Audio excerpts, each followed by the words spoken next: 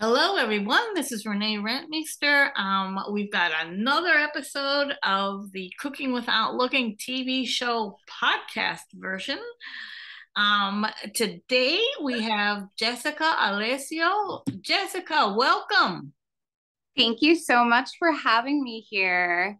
Of I'm course. so Now, honored we to be have a here. little rule on our show that everyone has to be either blind or visually impaired, or, you work with people who are blind or visually impaired. Mhm. You are an orientation and mobility specialist. Tell us what you do. Okay, so I am an orientation mobility specialist. I'm also a visual rehabilitation therapist. And then I also teach Braille, I teach technology, I teach diabetic management. I teach pretty much everything in the visual impairment field. Um, and I kind of got into this. It kind of came to me, and I feel like, I'm meant to do this. And what happened is I've always been in education. My whole family has worked in education. And my whole life, I worked with people with multiple disabilities. And I got my bachelor's degree from UMass Boston. I was working in a classroom. It was a day habilitation. And these clients had multiple disabilities. And a couple of my clients, and I kind of felt stuck in this classroom. I'm going to be completely honest. We didn't go out that often. I was, just incorporating different activities into the classroom. And the communication level of my students was, not as there with me because they had such severe multiple disabilities. And I had this guy that would come in my classroom and he would pull a couple of my students, and I didn't even know that they were visually impaired, and he would pull them out and they would actually walk around with the long cane, and they'd go in the garden. And I'm going to tell you, my students, after they came back from the lesson, were like just totally changed and so They were happy. alive. Yeah, absolutely. And they were like more independent. They were happier. They just had a smile on their face. And I was like, excuse me, sir. What do you do? And he's like, I'm an orientation and mobility specialist. And I was like, I have no idea what that is. And he's like, well, I teach, people who are blind or visually impaired how to use a long cane. And, I help prepare people, to get a dog guide and work with dog guides as well. And I was like, that's pretty incredible. He's like, yeah. Where did you go to school? I was like, University of Massachusetts, Boston. And he was like, well, there's a grant right now that's 80%. You'll get your master's in education, and then you'll also become a certified orientation and mobility specialist. And you should apply. And I was like, you know what? I'm going to. So I applied and I got right into this program. And I started off. And a lot of the program, for a year I was blindfolded. And, I learned how to cross the street. Oh my Um, God. Oh my God. right. So they had us, doing simple street crossings, everything from pre-K skills to the simple street crossings to, multiple lane intersections. What city were you crossing the street in? So I am from Boston, Massachusetts. So I was literally in Boston. So we start in kind of like we're in like downtown area of Boston. Whoa. So we start kind of like in a more suburban neighborhood where it's simple stop sign, street crossings. Mhm. And then we go to, lighted intersections and then to multiple lanes and very, complex. And my final exam was I was blindfolded and I was in the subway on the red line. And I had to get out at the downtown crossing stop, which is the busiest place in Boston. and lots of homeless people. And I had to get out in the middle of the subway. I was hitting homeless people with my long cane. I was like, I'm sorry. And I got Oh, out and I had to, cross I think it was like four intersections, cross the street in downtown crossing, just using compass direction and the orientation mobility skills that I learned. And then my final arrival would be going up the escalator. And that was the end of my final exam for that. So I passed now, that, made it. now while you were doing this, what were your thoughts? I mean, I was really, really well trained. So I have to say, like, everyone's nervous when, they're crossing the street. But again, I've never had good vision. I'm lucky enough that I could correct my vision. I know what it's like, though, to not be able to see people's faces, to not recognize people. I would not be able to drive if I, correct my vision, but I'm lucky enough that I can do that. So, through all my training, through years of being blindfolded, I'm lucky enough that I can, take that off, and some people can't. And that Mm. is, the whole point of, when you learn how to do something also without your vision, then you're actually just so much better at it. And it's just a tool in your toolbox because you're learning so many different ways to possibly the same thing, which is just diversifying you and making you a smarter and a better person. Well, Um, Jessica, describe how you teach a person orientation and mobility, because I think most of us who have our sight don't really think of where we're going or how we're doing it. But like if you don't have your sight, you sort of lose track a little bit, don't you? Absolutely, absolutely. So, like everything, from tactile maps to, I like to draw on someone's back using compass directions, getting an idea of the relationship of landmarks, the person to object relationship, and object to person, um, I teach a lot of long cane skills. I've taught echolocation. There's so many tools that you can use to orient yourself to a space. So it Tell us, really just, describe one of it for us, because I think it's a difficult concept for people who can see, to totally understand. right. So if I were to like orient someone to an inside space, say you were entering into a room, right? And you'd never been in that room, you could use clock face direction. So you're the center of the clock. So 12 o'clock is right in front of you, right? So I could say, okay, well, you have a table. It's at 12 o'clock to you, and it's about 5 feet away from you. So that way you could, use your long cane, use proper cane skills going shoulder to shoulder to provide an adequate cane arc and protect your body. Go ahead, find that table with your cane, lock it on that table, bring it up, and then walk up to that table, and then reach down your cane and then feel the table. Um, that's one technique of kind of orienting yourself to different landmarks in the room and then creating that object to person relationship. Then going back to the door and saying, okay, well, now, you have a bathroom. Maybe that's at 1 o'clock and maybe that is 15 feet away, but that's against the wall. So you can find the wall on the right side with your long cane, trail the wall with your cane. And then when you feel the opening, you're going to be at the bathroom.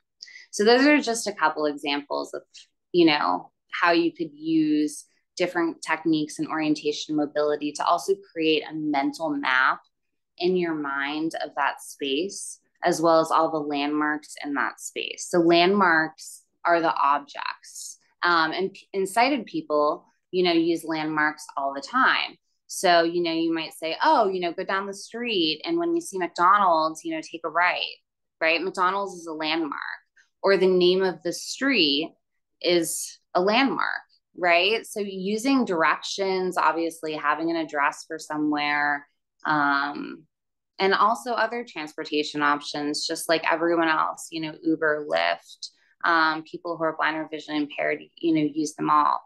And So then also, how does a person keep their orientation when they're totally blind with their cane and when they're in the street? Like you had mentioned that, you had to cross streets and everything. How does mhm. a person do that? I mean, just me with my sight. That gets me nervous just talking to you about it, actually. I have a little pang in my stomach. But how does a person keep their orientation when they're totally blind and crossing a major intersection? Okay, well, there's so many cues, but the main thing that we work with is auditory cues. So listening to the traffic, listening to the patterns of the traffic and the traffic surge. You shouldn't be crossing, a busy intersection if you're not familiar with that intersection anyway, right? You have to practice safety techniques. Oftentimes, listening to the traffic is going to give us a lot of information. So when we cross the street, we cross with the surge of traffic. And if you think about it, if you're at an intersection, right, you press the crosswalk sign, you find the truncated domes, those bumpy things that are right before the crosswalk with your cane, and I get in ready position. And then I just listen. The surge of the traffic, right, should be Mhm. on your side. So you need to align your body to make sure that you are going, with the surge, and that surge is going right off your shoulder, right? It's not going across you, because then you're not aligned and then you're going to veer into the intersection, right? So you need to listen to the traffic patterns and familiarize with the intersection before crossing any intersection to hear the surge of that traffic, to then properly cross the street and not veer. Also, still listening to the traffic to make sure that you're not veering closer or further from the traffic, and you're staying on that crosswalk. And the truncated dome is going to be, those bumpy things are going to be at both ends of the crosswalk, for you to know that you've reached the end of the street. So yeah, there are multiple ways. I could talk forever about different ways to cross the street. But basically, I think I'm just like sort of fascinated by it because I think that as a person with sight, and who has been hit a couple of times with a car and a truck, with sight, it just is fascinating how a person without any sight would cross that street. And I've seen it. I've had friends who are totally blind who, cross the street, busy streets, in Miami, Biscayne Boulevard, which gives me a heart attack. But I just it's just fascinating to me how you teach a person to do that. Yeah, creating a mental map in your mind is actually just so important. And when you familiarize with that space and follow that route, and you understand the traffic patterns, and that obviously you should be careful, when you're first crossing the intersection, and taking off, and then mid intersection of cars turning in front of you, listening for the traffic, being really careful with that. Some people have hearing impairments that I teach, and that's not possible for them, to fully listen to the traffic. And maybe then you pick a different intersection, right? And you avoid that intersection, or you take an alternative route.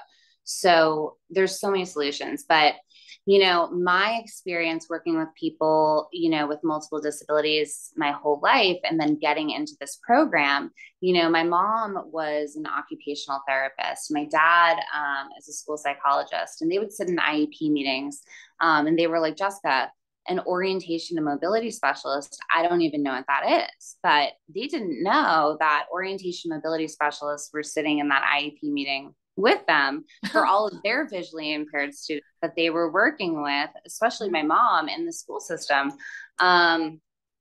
Because, when you are a child, you don't have a VRT yet. You have an occupational therapist, most likely, right? Now, what's a BRT?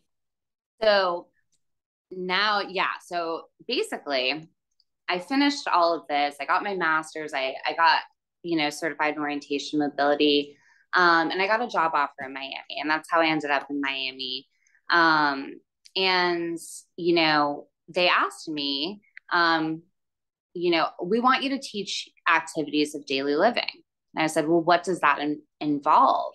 And they're like, well, we want you to become a visual rehabilitation therapist, which is what a VRT is. So basically, I teach all activities of daily living. And I teach everything let me go over my checklist. So my home and personal management curriculum, everything from writing guides, talking books, timepieces, telephone dialing, recorders, money management, labeling skills, medication management, proper eating skills, grooming, color identification, meal preparation skills. And I love cooking, so I was happy to do that. Well, what is what do you have a person who you just think like that was your crowning achievement to help that person? I have so many people that I've helped throughout the years and who have helped me. I'm so grateful. So basically, like, through getting, these degrees, it's just given me a totally different perspective of people, who are blind and visually impaired, which is also why I started my nonprofit, See the World Education. Yeah, tell us about that, Jessica. Yes. So basically, a lot of my coworkers, were completely blind or they were visually impaired, that I've worked with throughout the years. Lots of my friends, are now blind and visually impaired. And basically, and then teaching it, and having that perspective in my mind of like, I didn't know anything about people who are blind and visually impaired before. And now I have this whole new perspective of like, people are treated so differently. And this could happen to any of us, in the blink of an eye. You can be living your life normally and all of a sudden have sudden vision loss, and your life can completely change, and people may treat you differently, like you have multiple disabilities. And I think that's really, I saw these just go, experience with art or recreation, or travel or any of these things. These opportunities were not, really given appropriately, or these people who are blind or visually impaired were treated, like they still had multiple disabilities when really they're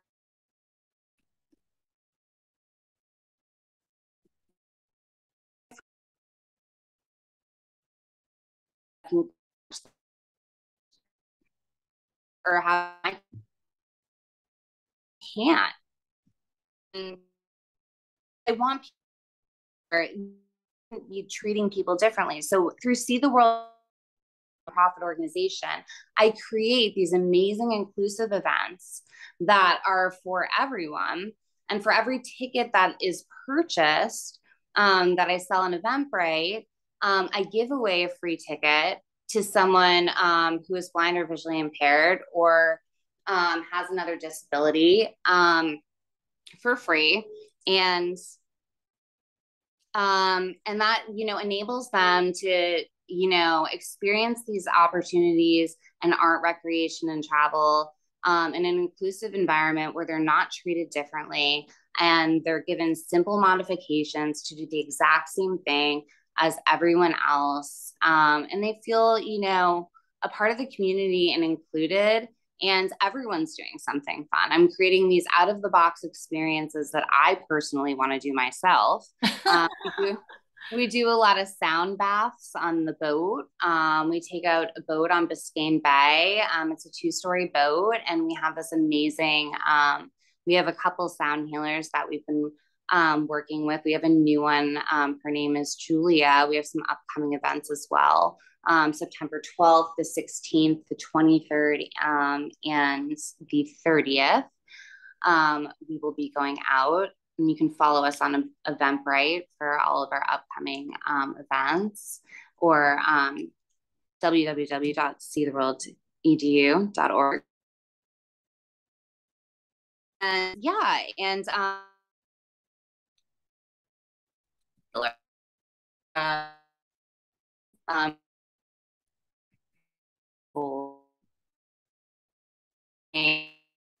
and this like music and this energy, everyone just kind of lays down, you know, just like kind of meditate. And it's an amazing way to start the week or end the week, which is why we do it on a Friday, or we're also doing one on Monday on the 12th. And there's limited seats available, but it's something that I really do keeps coming back and enjoying. We also have wine and hors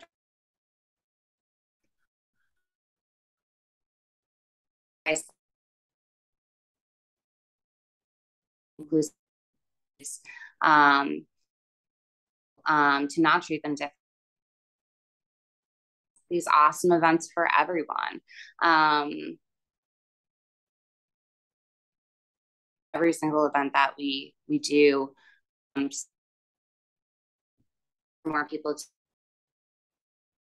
to, partnerships, you know, with businesses that want to, you know, either, you know, donate a gift, you know, or, you know, donate food, or wine. We've worked, actually, Dr. Hobie Wedler, who is on the show. He's also on our board of directors for See the World Education.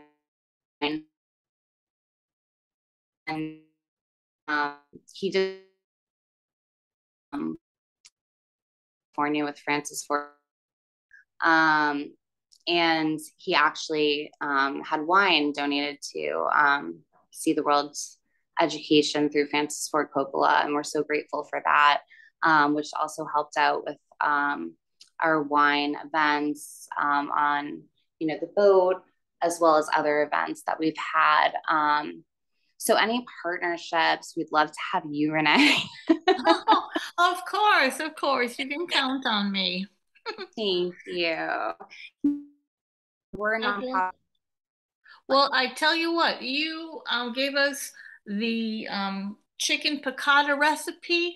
You want to, it's already the cooking without looking recipe of the day. Would you like to share that Yay. with us? Absolutely. This chicken piccata. And the reason I did that is because I think it's very fresh. I think it's, I'm Italian, so I'm used to cooking lots of, you know, dishes. And really what I want to kind of hone in on is that I don't, to be honest, I don't follow recipes. You and I, me both, Jessica. right. So it was tough for me because, you know, I'm pulling up, you know, this recipe and I'm like, you know what? I always, you're good of cooking. Then you can pretty much cook anything. So I do sub out some of the ingredients in this. So the ingredients by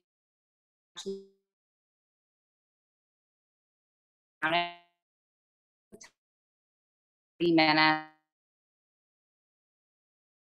I don't do this prep that's in the recipe, but it's going to create a different flavor if you do. So basically, what the recipe calls for is I like slick capers, all substitute um, very thinly sliced, lemon zest, lemons, and butter. So again, you could cut this recipe in half. And the skillet, um, Herbaline spatula is a super easy tool to kind of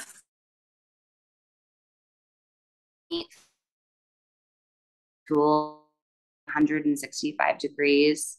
Also using, your own sensory tools as far as peak smell, which is that smell when something is ready. When you start smelling something cooking, that's usually when it's actually done. So that's called peak smell. Setting a timer, whether it's through your phone, Alexa, whatever you use, oven techniques, and then using alternative. You don't even have to cook this on the stovetop. You could also do it in the oven. You could also, make an alternative version in the slow cooker or in an air fryer if you're making the sauce correctly. Oh, that's great. That sounds wonderful, Jessica. You know what? I used to make this all the time. And when you brought this up, I was like, oh my God, I haven't done this in a while. So, Jessica, tell us how anyone who wants to reach out to you, how they can reach out to you. They can, your recipe is on our website at this moment, www.cookingwithoutlookingtv.wordpress.com. Just go to Cooking Without Looking, Google that. But Jessica, tell us how they can reach out to you. Yes, you can reach out to me at seetheworldeducation@gmail.com, or to my personal email, Jessica Lucia Alessio, LuciaAlessio@gmail.com. And yeah, I'm happy to, answer any questions about See the World Education or myself, and, make more community. And I'm so, so grateful for this opportunity to be on the show. And thank you so, so much.